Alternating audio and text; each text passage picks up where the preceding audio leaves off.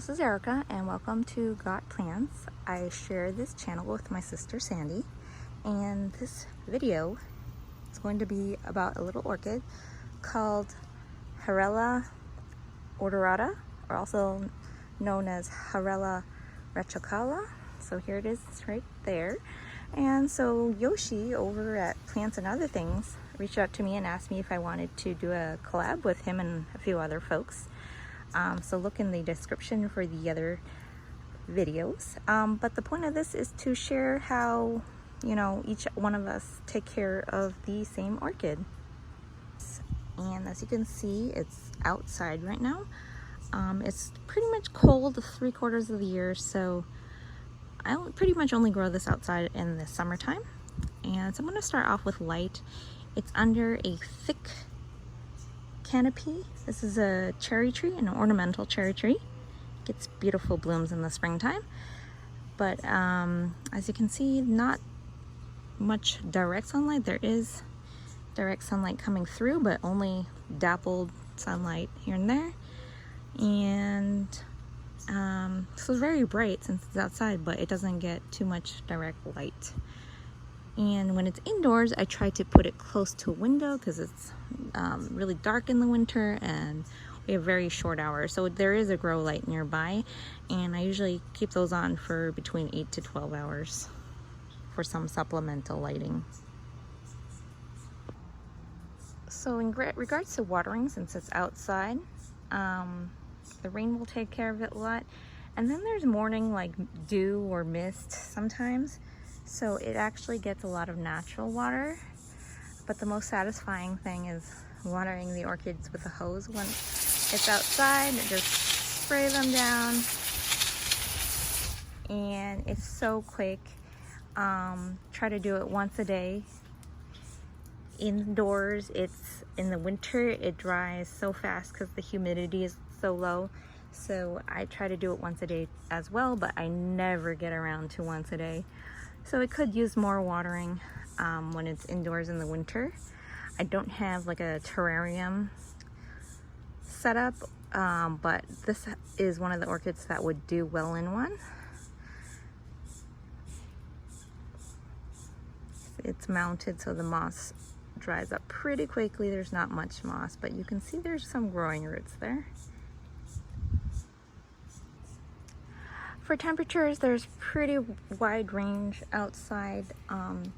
It's 91 degrees right now, and it's usually 60s is the average nighttime temps. 91 is probably on the higher side, so it's usually in the 80s. So it's nice and warm. In the winter, the lowest it gets is probably in the high 50s. And then it doesn't really get higher than like 72. We don't keep the heat on that warm. So it does do well in normal household conditions and outside in the summer. So unfortunately, this one is not in bloom right now. You can see back on the bottom, those dried brown bits. Those are dried orchid spikes. So it has bloomed quite a few times in the past. There's actually an active orchid spike right here. You can see where my thumb is, that green one. And then I think there's actually 2 more growing. So let's see if it's focused. Right where above my thumbnail, there looks like one on there. And then on this side, where my thumbnail is, there looks like another one. So, hopefully I'll have a bunch of blooms in the future, but unfortunately not right now.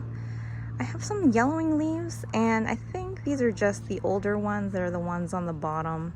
So it might be just the age of the leaves. There's new growth coming out, and it's nice and green. So for better flowering, I don't do this often. I should do it more, but I have some organic seaweed fertilizer and I spray it, and if I'm dunking my orchids underwater, sometimes I'll put, you know, a couple of drops of fertilizer in the water itself and dunk the whole orchid in. So again, this is seaweed fertilizer, but I've used, you know, the orchid fertilizers from the big box stores, like the ones that are blue and water soluble. But that's it for now, I think. Let me know if you have any questions. Put them down in the comments below. Thanks for watching. And thanks for inviting me to this collaboration. I'm really excited to do it, and hope you guys return to watch more videos, and happy growing, guys. Bye-bye.